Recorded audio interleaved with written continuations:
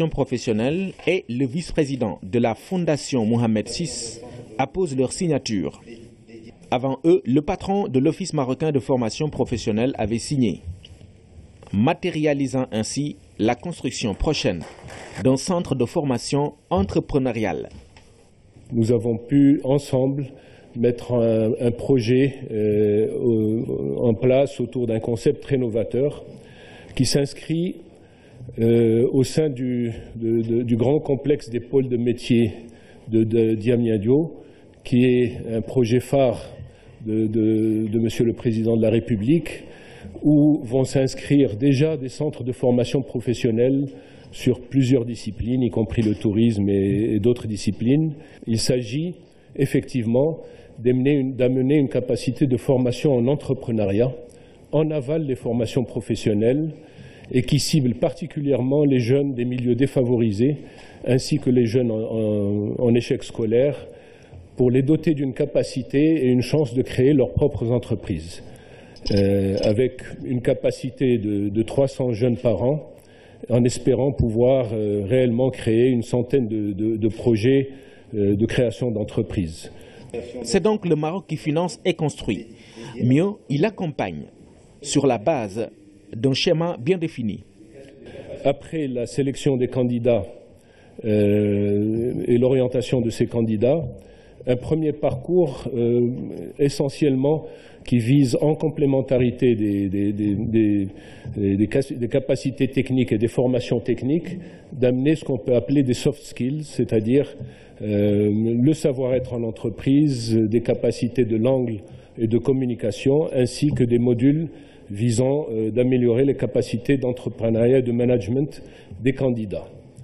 Une deuxième composante sera très liée au projet lui-même et permettra à ces candidats d'élaborer des business plans, d'accompagner le projet concret dont ils sont porteurs et, après la création de l'entreprise concernée, un accompagnement post-création où il y aurait un mécanisme d'appui de financement, mais aussi des activités de mentoring, de coaching et d'immersion dans des entreprises existantes pour leur donner véritablement tous les skills, si je puis dire, leur permettant de maximiser la réussite de cette entreprise. L'esprit de coopération sud-sud est ainsi en exergue. Un partage de savoir-faire et d'expérience entre deux partenaires dont la profondeur des relations n'est plus à discuter. Sa Majesté et son Excellence consolident. À l'issue de cette cérémonie, les deux chefs d'État se sont rendus à l'hôpital principal pour procéder à la remise des médicaments offerts par la Fondation Mohamed VI pour la solidarité au ministère de la Santé. Le roi Mohamed VI et le président Macky Sall ont visité la maternité de l'hôpital. Nous restons avec Oumar Nying. À l'hôpital principal de Dakar, le président Macky Sall et le roi Mohamed VI viennent réceptionner du médicament destiné au traitement du VIH-Sida. Les caisses superposées contiennent des antiviraux, des antibactéries et des antifongiques. Un don de la Fondation Mohamed VI pour le développement durable au ministère de la Santé. Les antirétroviraux sont donnés gratuitement, c'est acheté par l'État du Sénégal, donc c'est donné gratuitement. Mais ces médicaments, on les met sur des ordonnances que les patients doivent acheter. Et donc ça, c'est très bien pour les patients parce que ça les soulage un peu. Maladies respiratoires, maladies digestives et même des méningites qui se greffent, toutes les maladies infectieuses. Et on a eu toutes la panoplie du plus usuel. Après cette séquence, le président Macky Sall et son hôte ont fait un tour à la maternité au contact de ces bébés qui viennent d'arriver au monde. Des discussions avec leur maman, ils prennent connaissance des conditions dans lesquelles l'épreuve s'est déroulée. Un grand soulagement pour ces femmes. Un grand moment aussi pour les personnels de l'hôpital qui se sont mobilisés en signe de reconnaissance. Le chef de l'État a présidé ce matin le colloque organisé dans le cadre du cinquantenaire du premier festival mondial des arts nègres. À l'initiative de la communauté africaine de culture, il est commémoré le festival de 1966, un investissement pour le rayonnement de la culture et pour un monde apaisé. Le soutien du chef de l'État pour l'organisation de l'événement a été salué à l'occasion. Aboubakry Kane.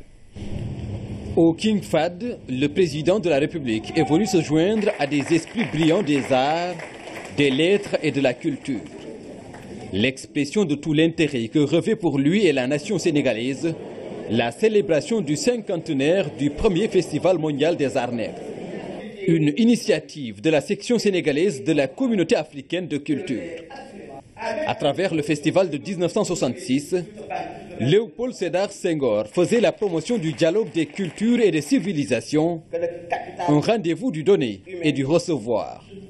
50 ans après, la section sénégalaise de la communauté africaine de culture a pensé que ce serait un délit de mémoire que de passer sous silence cet événement majeur qui a tant contribué à donner à notre pays une image des plus flatteuses. Chers panélistes, chers invités, puissent de vos travaux sortir des raisons de conforter notre espoir et de voir naître des entrailles de notre monde si chaotique, celui de notre rêve, c'est-à-dire un monde où règne la paix, la liberté et la générosité. Monsieur le Président de la République, chers amis, c'est pour rappeler ce festival et non pour le rééditer. Car qui peut rééditer le premier festival mondial des arts nègres? Que la CACSEN donc a décidé de commémorer le cinquantenaire de cet événement qui fut un lieu privilégié d'expression de la culture noire, voire universelle. Nous aurions souhaité que la commémoration laissa une marque indélébile dans la marche de notre pays que vous êtes en train de mettre sur le chemin de l'émergence. Commémorer le festival, c'est aussi l'occasion pour les hommes et femmes de culture d'assurer la transmission du message aux générations actuelles et futures. Pour les figures emblématiques qui ont fait du premier festival une réussite, il était question d'aider à la défense de l'art nègre et à la construction de la civilisation de l'universel. La culture, vecteur essentiel pour bâtir l'unité d'intellectuels et artistes différents. La culture est au début et à la fin de tout. La culture, c'est l'alpha et l'oméga. La culture, c'est l'homme intégral. En répondant à votre aimable invitation, m'est revenu à l'esprit ce poème immortel de Birago Diop, Souffle. Écoute plus souvent les choses que les êtres. La voix du feu s'entend, entend la voix de l'eau. Écoute dans le vent le buisson en sanglots. C'est le souffle des ancêtres. Ceux qui sont morts ne sont jamais partis. Assurément, le poète avait raison, car l'esprit d'un immortel, j'allais dire, son souffle emplit cette salle, en même temps qu'il nous remplit d'émotions et de souvenirs. Il s'agit donc de commémorer une séquence dense de l'histoire de notre nation et le chef de l'État de réaffirmer son attachement à la revitalisation de nos valeurs de culture et de civilisation. Il s'agit là pour moi d'assurer la continuité de l'histoire en poursuivant la symphonie de 1966. Je suis heureux de savoir que par vos diverses activités, vous continuez à faire vivre l'esprit qui a animé les géants de l'affirmation de l'identité culturelle nègre dans la symbiose de l'universalité. À travers un message lu par le professeur Ousmane Sène, le président de la communauté africaine de culture, Wole Soyinka, a invité à une mobilisation des élites africaines pour vivifier les idéaux du Festival mondial des arts nègres.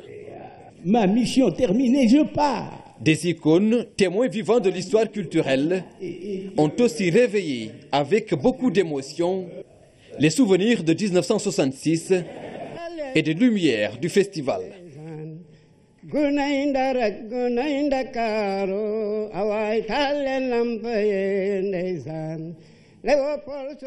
Mais dans un monde d'injustice et d'inégalité, le combat contre les préjugés est loin d'être achevé.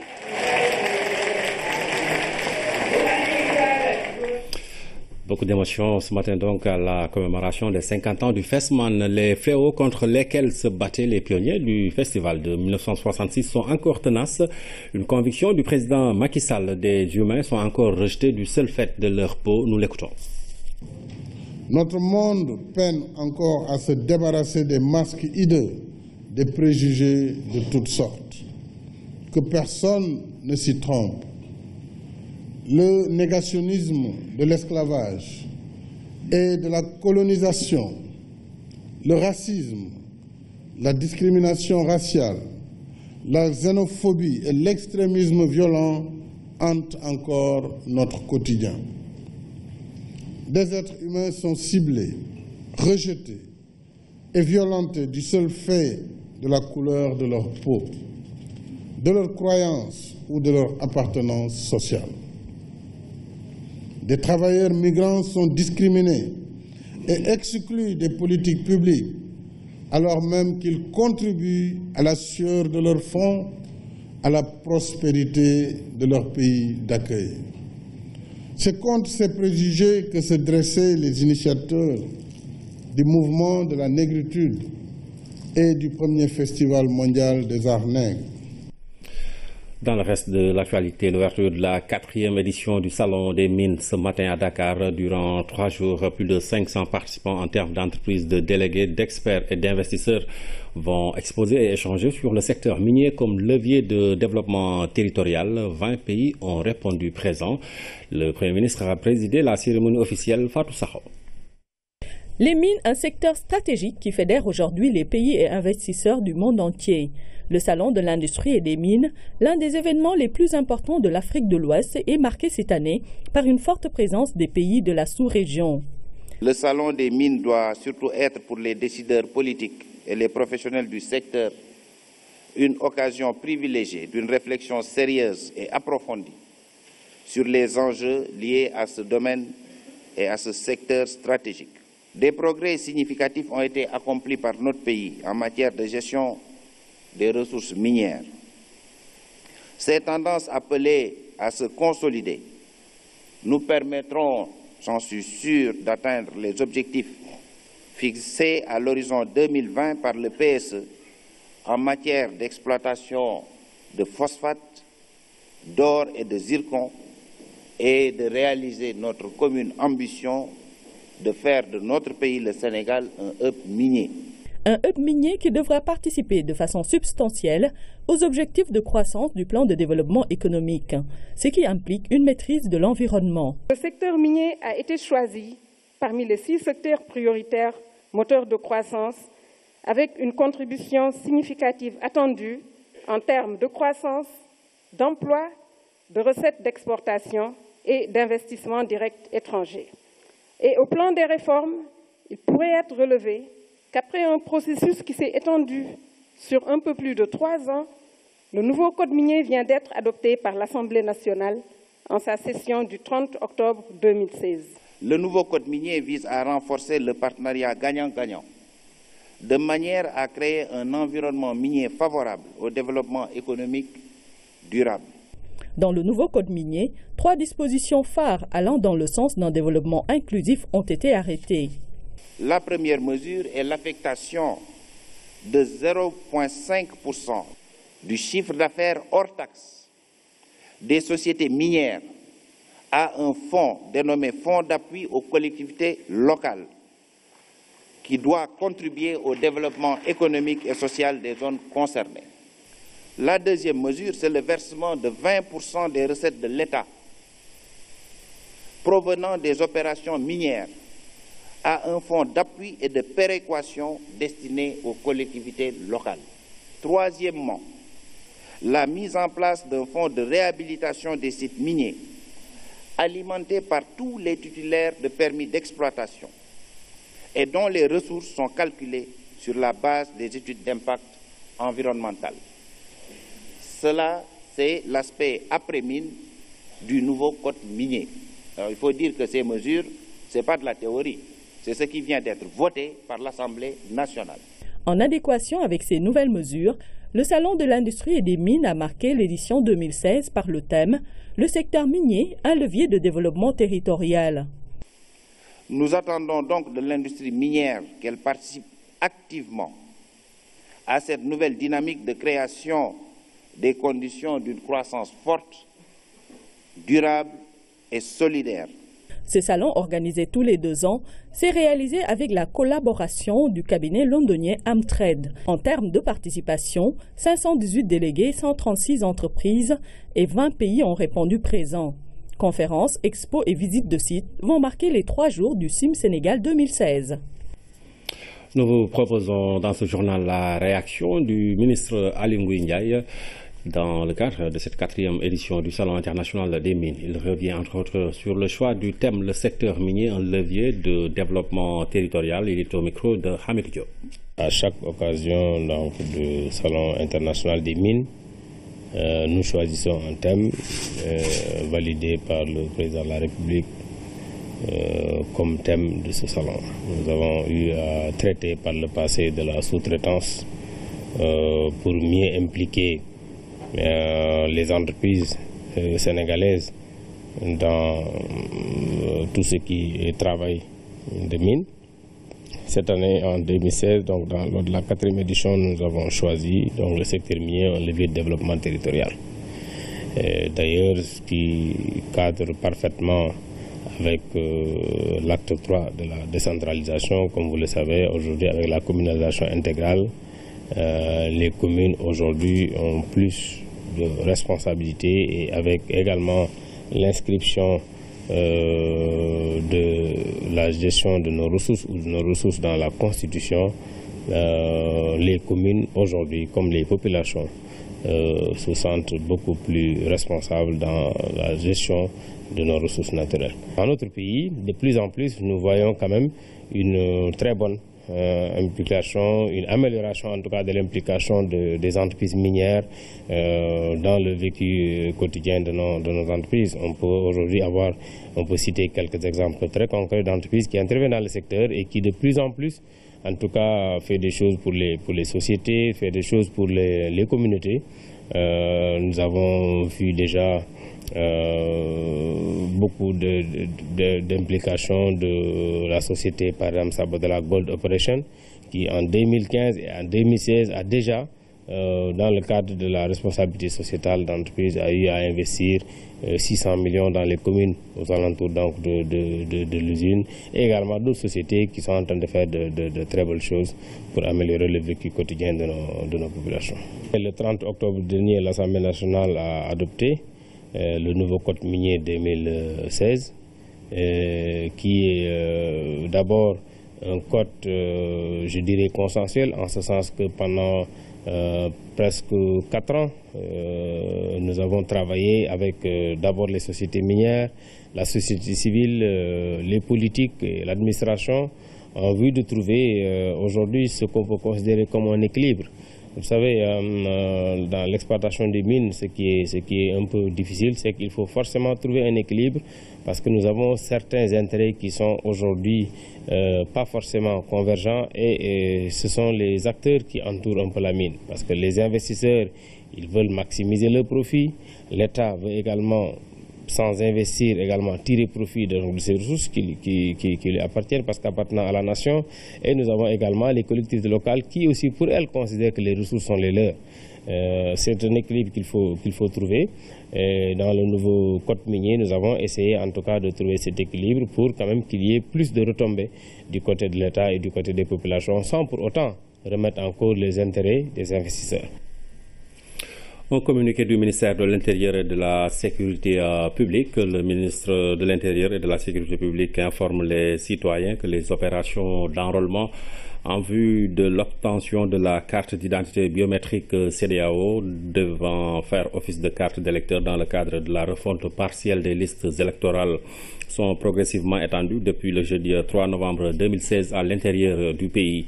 Ces opérations, jusque-là menées dans les préfectures de la région de Dakar et les sous-préfectures du département de Dakar pour des raisons de test du dispositif, concernent désormais les commissions des départements des 6 régions centres que sont Thiès, Louga, Saint-Louis, Diourbel, Fatick et Kaolack. Par le même temps, les commissions administratives de la région de Dakar seront renforcées à compter de la semaine du 7 au 12 novembre 2016 en commission mobile chargée de sillonner les axes stratégiques de toutes les communes de la région à l'effet de mieux faciliter l'enrôlement des citoyens. Dans la même semaine du 7 au 12 novembre 2016 démarrera le fonctionnement des commissions administratives des départements des régions de Kaffrine, Tambacounda, Matam, Kédougou, Kolda, Sédhiou et Ziguinchor. Les commissions administratives des sous-préfectures de l'intérieur du pays débuteront leurs activités d'enrôlement à compter du 14 novembre 2016. En ce qui concerne l'extérieur du pays, les opérations commenceront le 30 novembre 2016. S'agissant enfin des centres d'instruction de la carte d'identité biométrique CEDEAO, au niveau des commissariats de police et des brigades de gendarmerie, le démarrage de leur activité est prévu pour le 30 novembre 2016. Un communiqué donc du ministère de l'Intérieur et de la Sécurité publique. Le programme d'urgence de développement communautaire poursuit son programme de désenclavement rural. 121 km de nouvelles pistes de production viennent d'être réalisées dans les régions de Kolda, Sédhiou, Kaffrine et Fatick au profit d'une centaine de villages désormais reliés à leur chef-lieu de commune, d'arrondissement ou de département ou même de région. Amadou Mbaïloum.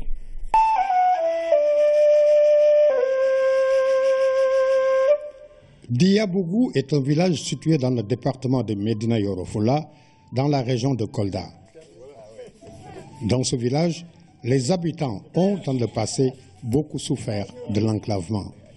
On avait fait beaucoup de doléances depuis nos grands-pères, mais ça n'a pas accordé. Et des fois, on avait des malades à évacuer à Kolda, mais il n'y avait pas de moyens. Il fallait chercher une charrette. Et pour avoir une charrette, pour aller jusqu'à Kolda, une charrette à l'âne. Bon, des fois, les malades, ça peut être décédé en cours de route. Des fois, la femme est accouchée en cours de route.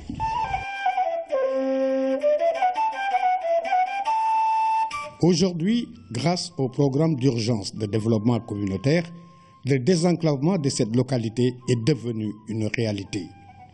La forêt, qui l'étouffait naguère, n'a finalement pas résisté aux assauts des bulldozers et autres gros engins de terrassement.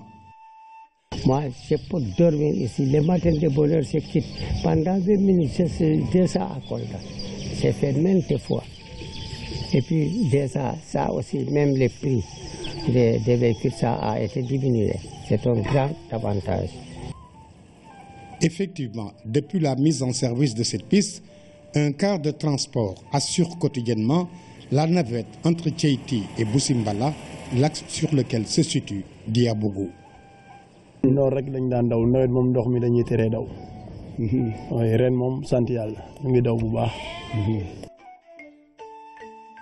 Fait inédit, l'ouverture de cette piste a été mise à profit par des villageois installés à 10 km de Diabougou dans une autre région, celle de Sédhiou, pour demander et obtenir du chef de village la possibilité de s'installer afin de bénéficier des avantages qu'offre la réalisation de ce tronçon routier.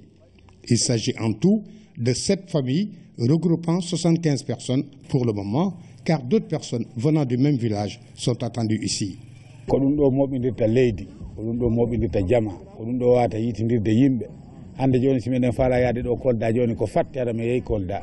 hade mi yahay ɗo Kolda fayde ko no wayi wo no wayi a heɓay ɗo wano 2 heures de temps sewta Kolda joni a watta ɗo 30 minutes minen hara miɗe weltani population e laamu ngu.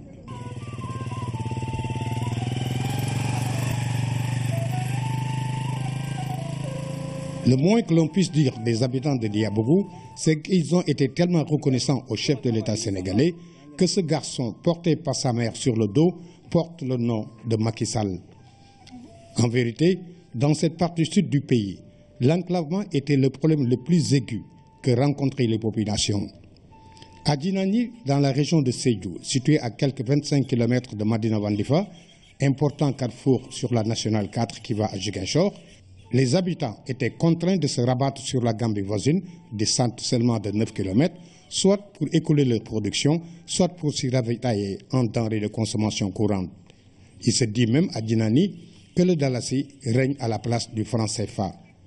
Avec l'ouverture de la nouvelle piste, les habitants de cette localité affirment avoir à présent le sentiment d'être rattachés au reste du pays. Autre région, autre réalisation, la piste qui va de Koutango à Kersaloum Diané.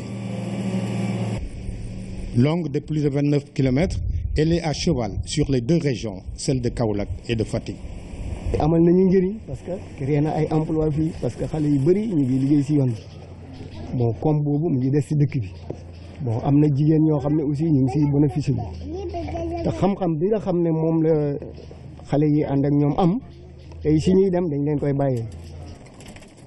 Président de la République du Sénégal monsieur Macky Sall lu mu defal ñu fii kenn ñu defal ñu ko fii am nañ yoon am nañ classe am nañ courant moom dong moo ñu ko defal fii.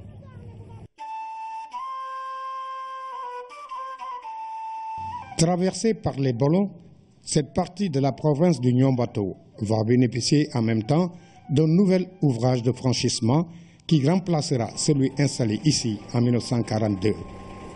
Avec cet ouvrage de franchissement, nouvelle génération, le coût de la piste dans cette phase 2 du PUDC est le plus élevé. 1,53 milliard francs 400. Daaw si mois de août am na si benn xale dafa jóge woon côté Kulaar waaye bu mu ñëwee ba si xur yi bu mu jógee kër Amady Ngenaar fekk yàlla ji taw yolnga bi rëy lool yolnga bi ñëwee rek moo ko këf yóbbu ko si biir ndox mi foofu la ñàkk bakkanam am na ñetti fan di ko seet bon tey si tey loolu dootul am ndax foofu gaa yi pom nañ ko. À dire vrai, c'est en parcourant l'intérieur du Sénégal qu'on mesure l'impact réel des pistes de production déjà réalisées ou en cours de réalisation. Voici un village situé dans le département de Nioro-du-Rip, entre Wakunguna et Dinguiraye, où l'on produit du maïs en grande quantité, mais du maïs dont les habitants ne tiraient pas le juste revenu à cause de l'enclavement. waa dëkk bi ñooy takk seeni sareet bu nekk yàpp ay 6 saagu mboq ñu daw ay 12 kilomètres ñëw ci biir xam nga Dinguiraye fii sore na indi ko buñ xëyee di fii sarre di indi ba sonn daanaka oto bu nekk sar par ñaari oto yi mën a génn léegi nag ñu ma 10 oto ñooy duggandoo ci àll bi sarre yóbbu syndicat Pikine te grâce à président Macky parce que bu defarul woon yoon yi ñun lii duñ ko man nit moom boo koy waxal da nga koy waxal dëgg rek man xam na xañ na man xaw ma wax dëgg yàlla waaye nag xam naa ne mi ngi liggéey te li muy liggéey ñun gis nañ ci suñu bopp parce que nit boo gumbawut gis wala gumboo wala nga soxor wala nit da ngay wax te yàlla tax waaw lii fi amul nit mën ñëw fii ay yoon bii man sama kàddu xam nga ni caaxaan yoon bi caaxaan attanu ko waaw mais yoon bi ñu defar moo tax ñu mën a ñëw fii quoi. Autre exemple, la piste Koungheul-Makagouy dans la région de Kaffrine, longue de 26 km 300. Dans le passé, nous a avoué l'adjoint au préfet de Kaffrine, en période de saison des pluies, une fois que le ciel s'assombrissait, les autorités administratives ne s'aventuraient jamais dans cette partie, au risque de ne pouvoir rebrousser chemin, car les pluies y sont fortes et le terrain bosselé et raviné. bu ñu commencé teel ba léegi kenn dematuñu Gambie Koungheul rek la ñuy dem foofu la ñuy wuti lépp nguur rek Macky Sall ji ñun jàmm rek lañ ciy gis surtout ñu néew doole ñu néew doole yëpp mooy leen defal bourse familiale par ñetti weer yu ne ñu fay leen juróomi ji te loolu mosu fay am ci nguuru Macky Sall la. Avec la réalisation de la piste, plusieurs jeunes des villages traversés ont pu trouver, pour les tâches non qualifiées, des emplois non comme journaliers, mais payés mensuellement par l'entreprise chargée de faire la piste. Comme quelqu'un nous l'a fait remarquer, l'originalité dans la démarche du PUDC, c'est un programme à effet immédiat qui répond à des besoins ponctuels et précis et seules les populations bénéficiaires peuvent témoigner de cette réalité. Par exemple, dans la région de Kaffrine, le marché hebdomadaire ou Lumo de Ndiapto, village proche de l'axe Makogouiker à Lilaobé, même s'il existait avant la piste, accueille désormais plus de personnes et permet aux populations locales d'écouler certains de leurs produits, mais aussi de faire le marché pour certains objets dont elles ont besoin. sant nañu Yàlla sant président de la République ndax lii nii mu déparé nii moom lañ yaakaaroon ci moom. Autre aspect pris en compte par le PUDC dans la réalisation des pistes de production, c'est le souci de préserver l'environnement quoi qu'il advienne. Dans le cadre du PUDC, ce que nous avons prévu pour ça, c'est la signature d'une convention avec la direction des eaux et forêts. Et nous avons évalué cet impact à 300 hectares d'arbres à reboiser. Et cette activité doit être mise en œuvre. En tout cas, la mise en œuvre technique sera supervisée par la direction des eaux et forêts. En tout cas, avec la réalisation des pistes de production, la mobilité s'accroît, l'isolement s'estompe au fil du temps et la continuité territoriale s'accentue de jour en jour. Aujourd'hui, l'état d'avancement nous donne un chiffre de 60% d'état d'avancement. N'eût été la saison des pluies de 2015 et celle de cette année, nous serions peut-être à 80 voire 92%. Mais vous savez que durant l'hivernage, nous sommes obligés de marquer en tout cas des pauses parce qu'il pleut beaucoup dans certaines zones. Nous avons pu voir par exemple lors de cette mission que dans les régions de Kolda et de Sédhiou, les travaux sont terminés. Et aujourd'hui, je peux dire que les populations sont en train d'utiliser ces pistes-là pour justement acheminer leur production. En tout et pour tout, depuis son lancement en juillet 2015 pour le compte du PUDC, 790 km de pistes sont en cours de réalisation, 198 sont finalisées et 450 autres sont en chantier. Voilà, c'est donc un reportage sur les pistes communautaires, donc les pistes rurales réalisées par le PUDC, un reportage signé Amadou Mbaïloum qui va revenir demain dans le second jet de cette série. Le Conseil de sécurité des Nations Unies se penche sur les opérations de maintien de la paix face aux menaces asymétriques. Notre pays, qui assure la présidence de ce Conseil, a dirigé les travaux en présence du chef de la diplomatie sénégalaise. Nous retrouvons à New York notre envoyé spécial, Khalisek. C'est parce que les menaces asymétriques constituent une vive préoccupation dans les opérations de paix à travers le monde que notre pays a inscrit cette thématique dans son agenda durant sa présidence du Conseil de sécurité des Nations Unies. Et l'on comprend dès lors toute cette gratitude de la francophonie à l'endroit de notre pays. Je tiens à Monsieur le Président, cher Mankeur Ndiaye, à féliciter le Sénégal, qui assure actuellement la présidence du Conseil de sécurité, mais aussi la présidence du sommet de la francophonie, d'avoir pris l'initiative de ce débat de haut niveau, si essentiel pour la conduite des opérations de maintien de la paix face à des menaces, nous l'avons dit, inédites, des menaces asymétriques. La gravité des menaces asymétriques n'est plus à démontrer, et pour Mankeur Ndiaye, il ne suffit pas tout simplement de faire le constat. Il faut agir et vite agir, trouver des pistes de solutions car les chiffres effarants font froid dans le dos. Selon le rapport Est 2016-819 du secrétaire général sur le Mali, le nombre d'attaques perpétrées contre les forces de défense et de sécurité maliennes et la MINUSMA a sensiblement augmenté durant la période couverte.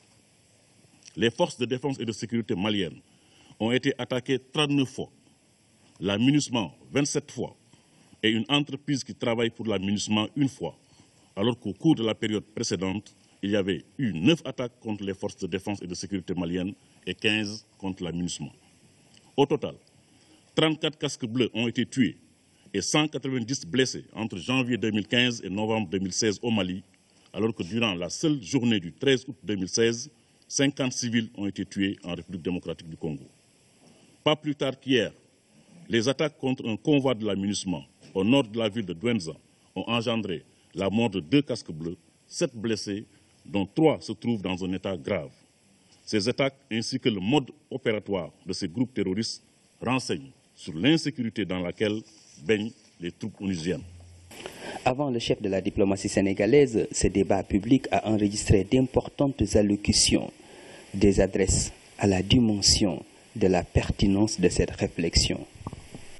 La formation du personnel des missions de maintien de la paix sur la prévention et la lutte contre les abus sexuels. Les initiateurs du projet veulent ainsi préparer les forces de l'ordre sénégalaises à prévenir des cas de violences sexuelles en zone de conflit. Différents modules sont dispensés pour mieux outiller le personnel des missions de maintien de la paix. Philomène Constance Diagne. Ce sont des officiers, des cadres militaires et de police qui sont concernés par cette formation. Les droits humains, le cadre juridique et les mesures contre l'exploitation et les abus perpétrés en zone de conflit feront l'essentiel de ces cours initiés par Femmes Africa Solidarité. Les militaires étaient là pour protéger la population civile. Ce qui se passe actuellement, c'est le contraire. C'est-à-dire les belligérants, que ce soit des troupes, que ce soit des rebelles, ciblent les femmes. Le corps de la femme est devenu l'arme de guerre utilisée sur le terrain de combat. Mais en plus de cela, on se rend compte de plus en plus que nos troupes que nous envoyons sur le terrain également sont en train de commettre les mêmes crimes. Donc pour nous, il faudrait former, il faut, comme on dit, avoir la politique de tolérance zéro. 44 accusations d'abus sexuels ont été enregistrées au cours de l'année 2016 par l'ONU, accusations commises par des casques bleus. Jusque-là, le Sénégal n'a pas été cité et compte renforcer la prévention au sein de ses forces de sécurité. Toutefois, avec le constat alarmant de la montée de la menace terroriste et des mouvements extrémistes, le Japon accorde une place de plus en plus importante à la paix et à la stabilité de l'Afrique et du Sénégal en particulier. L'atelier de cette semaine est important car elle s'inscrit dans le cadre de la mise en œuvre de cette initiative conjointe. Elle reflète également la volonté de la Grande-Bretagne et du Japon de nous engager aux côtés du Sénégal en tant que partenaire au sein du Conseil de sécurité. 7e contributeur de troupes au service des opérations de maintien de la paix dans le monde, le Sénégal contribue à la politique du Conseil de sécurité des Nations Unies. Ainsi, la tolérance zéro est vivement soutenue. Cependant, des efforts considérables restent à faire, surtout dans le domaine du renforcement des capacités des parties prenantes aux missions de maintien de la paix. Votre initiative est de la plus haute pertinence pour le Sénégal, car mettant l'accent sur l'acquisition de connaissances sur l'équité et l'égalité de genre, les femmes dans les conflits et leur vulnérabilité, les droits humains et les instruments juridiques de protection des femmes dans les zones de conflit, conformément aux orientations de la résolution 1325 des Nations Unies sur les femmes, la paix et la sécurité. Une série de réplications des formations se fera sur la période de novembre à mars prochain à Dakar, Kaolack et Thiès. La dernière session ordinaire de l'année du Conseil économique, social et environnemental, la Commission de l'artisanat, de la culture, du tourisme et du sport a auditionné le ministre des Sports Matar Ba sur le thème le développement du sport dans le PSE. D'importantes annonces ont été faites sur le budget de la CAN Gabon 2017 estimé à 1,8 milliard ou encore le budget des investissements en infrastructure qui est à 11 milliards, ce qui constitue une avancée majeure aux yeux du ministre des Sports. Synthèse de la session avec Dahaba. Dans le plan Sénégal émergent, l'État considère le sport comme un investissement rentable et l'a mis sur la liste des secteurs prioritaires pouvant entraîner un changement structurel de l'économie nationale. Aujourd'hui, le sport peut accompagner le secteur de la santé, le sport peut accompagner le PUDC. Partout, vous voyez, on participe au niveau de la communication. Je pense qu'il y a lieu de s'arrêter, pas s'arrêter ne plus faire du sport, mais il faut en tout cas une étude approfondie dans tous les secteurs pour voir effectivement la contribution réelle du sport dans le plan Sénégal émergent. Dans les débats, les conseillers sont revenus sur la politique des infrastructures sportives du gouvernement et au ministre des Sports d'apporter des précisions, non seulement sur la rupture opérée, mais sur l'évolution du budget de son département. Notre budget, pour répondre à une question, a quitté en 2016 de 0,2% du budget national à 0,5% maintenant. Donc c'est une bonne dynamique qui va nous amener vers ce 1% tant attendu par la famille sportive. J'en viens maintenant aux infrastructures. On ira bientôt vers l'Assemblée nationale pour la plénière, le vote de notre budget. Inch'Allah, on aura 11 milliards d'investissements au Sénégal pour les infrastructures sportives. Et le travail va continuer parce que nous avons fini avec la passation de marché pour le stade de Sédhiou, le stade régional de Sédhiou. On va bientôt, avant la fin de l'année, aller à Kédougou pour lancer les travaux du stade régional de Kédougou. Il n'y a que Kaffrine qui a un recours et que les procédures vont être terminées. Autre sujet d'actualité, la CAN de foot Gabon 2017. Le budget de la CAN est arrêté pour le moment à 1,8 milliard. Et ce 1,8 milliard ne fait pas partie de notre budget. Les 17 milliards de poussière, le 1,8 milliard ne fait pas partie. Ce 1,8 milliard, la priorité, c'est la prise en charge de l'équipe nationale. Le ministre des Sports est également revenu sur le projet Génération 2024 mis en place au lendemain des Jeux Olympiques Rio 2016, mais également sur le sport et la décentralisation. 1,8 milliard, c'est donc bien le budget de la CAN Gabon 2017 et 11 milliards le budget des investissements en infrastructure. Un bail pour une œuvre d'utilité publique. Le domaine agricole de Sénékendia est implanté sur une zone jadis occupée par des éleveurs. Vu le caractère économique du projet et les emplois générés, les populations sont déplacées dans les meilleures conditions. Le processus est en cours. Le ministre en charge du PSE a visité le site de recasement, partie composante du capital humain du programme du gouvernement Abibou Baye. Mbane à l'heure du social émergent. Après la phase d'aménagement des terres pour raison d'utilité publique, le nouvel occupant, en l'occurrence Sénèque India, s'est engagé dans une phase de recasement pour les familles qui ont occupé le site depuis des décennies. Aujourd'hui, les constructions sont déjà réalisées. Restent quelques préalables en matière d'approvisionnement en eau.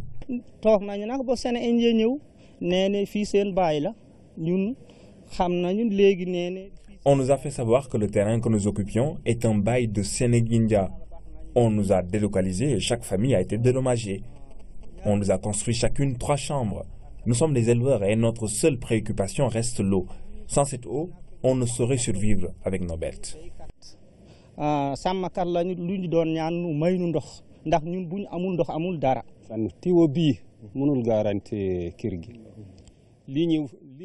Le tuyau qui a été installé ne peut pas nous garantir un approvisionnement correct en eau. Et vu le nombre de bêtes dont nous disposons, nous espérons un autre tuyau de plus grand diamètre. Depuis que l'opération de recasement a démarré, le sous-préfet de Mbane gère la situation et promet de la suivre jusqu'à terme. Les populations qui étaient sur place, qui déjà occupaient le bail, donc ont été sensibilisés sur la question et surtout sur l'aspect économique et l'enjeu que constituait cette autosuffisance de pommes de terre qui entre en droite ligne dans la politique du chef de l'État, dans le plan Sénégal émergent. Donc nous avons mené les concertations nécessaires avec les chefs de village et nous avons trouvé des accords pour les déplacer et les accompagner dans le déplacement. Mais nous allons veiller que ces populations soient mises dans de très bonnes conditions. En visite sur le site, le ministre en charge du PSE a pu donner des garanties on ne peut plus claires et rassurer de l'accompagnement du chef de l'État. Monsieur le sous-préfet de Mbane nous a donné des assurances. Il y a simplement qu'il existe quelques problèmes techniques. La société a manifesté son désir de corriger ce dysfonctionnement qui existe et de faire en sorte que dans les jours à venir, qu'on puisse utiliser des outils et des moyens nécessaires pour que l'eau puisse être acheminée. C'était une manière de leur montrer la préoccupation que le chef de l'État, le président Macky Sall, a vis-à-vis des problèmes que rencontrent les personnes qui sont souvent, disons, éloignées des centres urbains. Pour rappel, c'est ça qui a été d'ailleurs à l'origine de la création du PUDC, pour dire à quel point le chef de l'État est préoccupé par tous les problèmes qui touchent, disons, le monde rural et ici en particulier les éleveurs. À Mbane, c'est aussi la responsabilité sociale d'entreprise qui est en marche avec cette case de santé dont l'extension est prévue par Sénèque India. Ainsi, à Mbane, le plan social est en marche et confirme la prise en compte d'une composante du PSE, qu'est le capital humain. Le projet du marché d'intérêt national, la gare des gros porteurs et la fabrique industrielle de meubles sera réalisée dans les délais requis de 14 mois. L'assurance a été donnée par le ministre en charge du commerce à l'issue d'une visite de chantier à Diamniadio. Cette visite intervient 5 mois après la pose de la première pierre par le chef de l'État Macky Sall. C'est un compte rendu signé Alassane Diédhiou. Pour rappel, le 30 mai 2016, le chef de l'État, le président Macky Sall, portait sur les fonds baptismaux à Diamniadio ce grand projet intégré qui est le marché d'intérêt national, la gare des gros porteurs et la fabrique industrielle de meubles. Un projet d'environ 50 milliards de CFA qui sera réalisé sur financement pour 15% de l'État du Sénégal et 85% d'Exim Bank Turquie. 5 mois plus tard, le projet commence à prendre forme. C'est pour constater de visu l'évolution des travaux dont la durée est initialement prévue à 14 mois que le ministre en charge du commerce s'est rendu sur les lieux. Alioune Sarr était accompagné notamment de l'ambassadeur de Turquie au Sénégal, les représentants du secteur privé, la Chambre de commerce de Dakar, la SOGIP et les représentants des départements ministériels impliqués dans la réalisation de ce programme. Cette infrastructure commerciale qui nous permet d'avoir une modernisation de nos circuits de distribution, de stockage et de conservation des produits est une infrastructure extrêmement importante parce qu'elle ouvre le Sénégal en même temps au niveau de l'UEMOA et de la CEDEAO comme étant un espace d'approvisionnement sécurisé qui permettra d'améliorer fortement les revenus de notre secteur privé. Et ça permet surtout à nos producteurs, nos intermédiaires, nos distributeurs d'avoir un espace de stockage, également de commercialisation. Au terme de cette visite, après de longs échanges avec les techniciens de la société turque DM, chargés de la maîtrise d'ouvrage, le ministre en charge du commerce, tout comme l'ambassadeur de Turquie, s'est dit confiant quant à l'exécution dans les délais requis du projet. Le projet est à 25% de réalisation. Bien sûr, c'est un très grand étendu qu'on ne voit pas exactement ce qu'il a été fait, mais comme on visite le projet, dès que le financement, la convention est signée, sera complété dans le temps voulu. Ici, novembre, Inch'Allah 2017, ce projet sera livré et surtout notre secteur privé, c'est-à-dire que nos producteurs, nos commerçants, nos transformateurs, nos industriels vont avoir un espace de stockage des produits, mais surtout un centre d'éclatement qui permettra justement d'approvisionner le marché de Dakar avec moins d'encombrement. À titre indicatif, ce projet version sénégalaise du marché Rungis de France s'étend sur 35 hectares à quelques encablures de l'autoroute à péage et du nouvel aéroport Blaise Diagne. Il devrait faire de notre pays un hub en termes d'exportation des produits agricoles vers la sous-région. Aujourd'hui, nous allons à la découverte du train Dakar-Thiès, vieux de 15 ans. Ce train fait la navette entre villes au grand bonheur des usagers et transporte entre 300 et 600 personnes à chaque rotation, et ce malgré la vétusté des voies ourétiennes. Bon, je prends le train tous les matins que je fais depuis 2000. Au retour également, je le prends pour venir à Thiès. Comme Babacar Niang, ils sont des milliers de Thiessois à préférer voyager avec le train Dakar-Thiès. C'est rallier au quotidien la cité du rail par voie ferroviaire. J'habite Thiès et c'est une occasion pour moi, et à chaque fois d'ailleurs, comme je le dis, de prendre le train tous les matins, du lundi au vendredi, à l'aller comme au retour. Moi, je viens prendre le train pour aller travailler à Dakar. Et je le fais régulièrement. Je suis de Thiès et je pense que le transport ferroviaire est aujourd'hui beaucoup plus rapide, d'autant plus que sur la route, il y a beaucoup d'embouteillages quand même. Je suis un habitué. Depuis 2012 ans, je suis entré sur Thiès. Depuis lors, je fais la navette. C'est 3 fois durant la semaine. Bon, puisque j'ai cours le soir, je prends le train le matin pour arriver vers 8h45 parce que à la fac, on commence à partir de 14h jusqu'à 19h. Du coup, je prends le train le matin parce que je ne serai pas en retard. Ces voyageurs se lèvent à l'aube pour pouvoir avoir une bonne place assise dans l'un des 6 wagons. Le confort est également un élément déterminant dans leur choix du train, ces cabines étant climatisées en première classe. Il y a 2 classes. La première, c'est à 1250 et la deuxième, c'est à 750. Pour plus de confort, d'habitude, je prends la première classe. Et je suis là, tranquille, en train de lire mon cours jusqu'à Dakar. Faire 140 km tous les jours, c'est pas facile dans les véhicules. Alors que s'il s'agissait d'un train, là, on a la possibilité de se lever, de se promener, d'aller dans les toilettes. Et avec les compagnons, nous ne sentons même pas le voyage. On parle de tout et de rien jusqu'à l'arrivée. Tout va bien. Jusqu'ici, ça va. Ce train transporte au quotidien entre 300 et 600 personnes à chaque rotation, et ce, malgré la vétusté des voies. Des fois, on a des petits retards causés des fois par les circulations des trains. Parce qu'à part de Rifis, il y a des trains qui circulent là-bas, de Rifis à Dakar. À part ça, ça va. À part l'état de la voie, si l'État nous aide à améliorer, parce que entre Dakar et Thiès, si on le fait à 1h55 minutes, c'est trop pour moi. Le genre de problème que nous rencontrons, c'est en général en début de semaine. Il y a un effectif qui est important, qui c'est le nombre de voyageurs qui s'accroît, compte tenu des voyageurs qui viennent en week-end et qui rentrent. Mais quand même, on a su, actuellement, ils ont fait des efforts pour faire, comment ça s'appelle encore, un rallonge parmi les locomotives qui y vont. Ces usagers du train Dakar-Thiès ont fini par développer quelques petites habitudes à l'intérieur. Quand certains rattrapent le sommeil écourté, d'autres sont à leur chapelet alors que les étudiants révisent leurs cours ou suivent les informations à la radio. Après plus d'1 heure de trajet, les voyageurs qui vont en centre-ville font leur correspondance au niveau de Cyrnos avec les bus Dakar Demdik mis à leur disposition gratuitement. Et le soir à 17h, rendez-vous est à nouveau pris pour reprendre le même train en sens inverse pour rentrer tranquillement à Thiès, parce que pour un Thiessois, dormir à Thiès, rien de tel.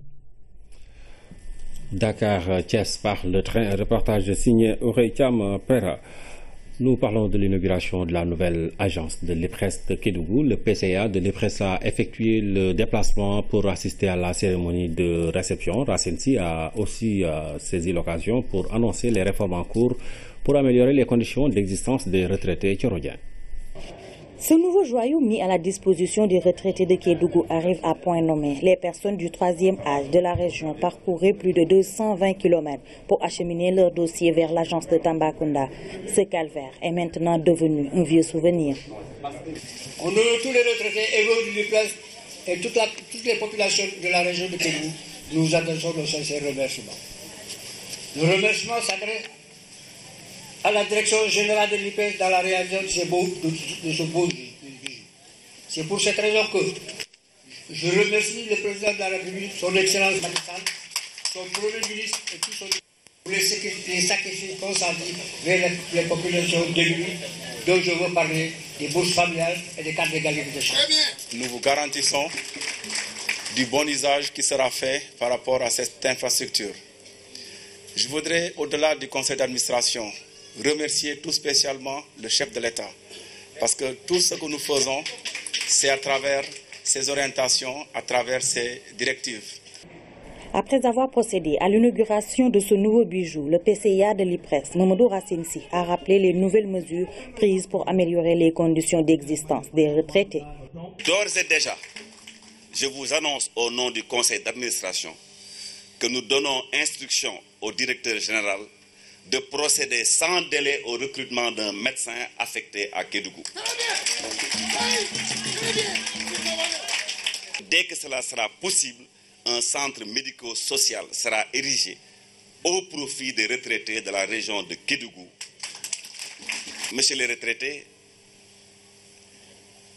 je voudrais vous redire encore une fois tout le respect que nous avons pour vous, tout le respect que nous avons pour tout ce que vous avez fait pour que notre pays soit indépendant et pour que notre pays soit là aujourd'hui. Lors de cette cérémonie de réception de l'antenne régionale de l'IPRES de Kédougou, les retraités ont salué certaines réformes opérées ces dernières années, entre autres la mensualisation du paiement des pensions dès janvier 2017, la hausse des pensions de 20% entre 2015 et 2016 et le renforcement de l'action sociale et sanitaire. Dans la série sur la santé, la gestion de la santé publique fait appel à une implication des populations dans le choix des politiques, la conduite et l'évaluation des programmes. Nous parlons de la santé communautaire qui est un pilier important des stratégies nationales. La santé communautaire, définition, mots, clés et auteurs. Suivant ces explications dans ce sujet, signé Mamadou Samambo. Pour saisir la pertinence de la santé communautaire, il faut partir de la définition que l'OMS a donnée à la santé tout court. La santé est un état complet de bien-être physique, mental et social et ne consiste pas seulement en une absence de maladie ou d'infirmité. Alors, qui peut faire le bien-être physique, mental et social d'un individu sans l'impliquer dans le process? C'est là où réside la nécessité de la santé communautaire. La santé communautaire est le processus par lequel les membres d'une collectivité géographique ou sociale, conscients de leur appartenance à un même groupe, réfléchissent en commun sur les problèmes de leur santé, expriment leurs besoins prioritaires et participent activement à la mise en place, au déroulement et à l'évaluation des activités les plus aptes à répondre à ces priorités. Et cela tient à une des recommandations de la conférence sur les soins de santé primaire tenue en 1978 à Alma-Ata, au Kazakhstan. C'est une approche qui vise à une résolution des problèmes de santé basée sur une participation des communautés. Donc on peut dire que c'est un dispositif qui vient un peu renforcer le système de santé dans sa globalité. Elle repose sur des acteurs communautaires de santé et des praticiens traditionnels. Nous avons les acteurs communautaires de soins. On a ASC, on a ASC Matron, on a Matron et DSDOM. Les DSDOM qui sont les dispensateurs de soins à domicile par rapport au traitement, à la prise en charge du palud. Il y a aussi les ACPP, les acteurs de promotion et de prévention, qui sont les Badjanougo et les relais. Ils sont des volontaires choisis par les communautés, formés et orientés pour résorber les déficits de personnel médical et aller à l'assaut des tabous et autres pesanteurs qui minent les politiques de santé publique. Dans les zones les plus reculées où on ne peut pas avoir certains soins. Donc c'est très important de former quelqu'un, capaciter quelqu'un sur un paquet bien normé qui lui permette vraiment au premier coup de pouvoir identifier certaines maladies, la prise en charge et de savoir référer à temps. Donc c'est important, eux, vraiment, leur présence dans le système. Je ne peux pas laisser mon bureau et aller chercher des enfants qui ne sont pas vaccinés. Quand je me rends compte qu'il y a telle femme qui n'a pas amené son bébé pendant 2 séances, une séance de vaccination, c'est à l'agent communautaire d'aller voir où se trouve cette femme. On ne peut pas faire un changement de comportement sans ce genre. Le district sanitaire de Khombol en compte près de 450, dont 167 relais. Ils officient dans 16 postes de santé, 32 cases, 51 sites de prestations et ici, au centre de santé.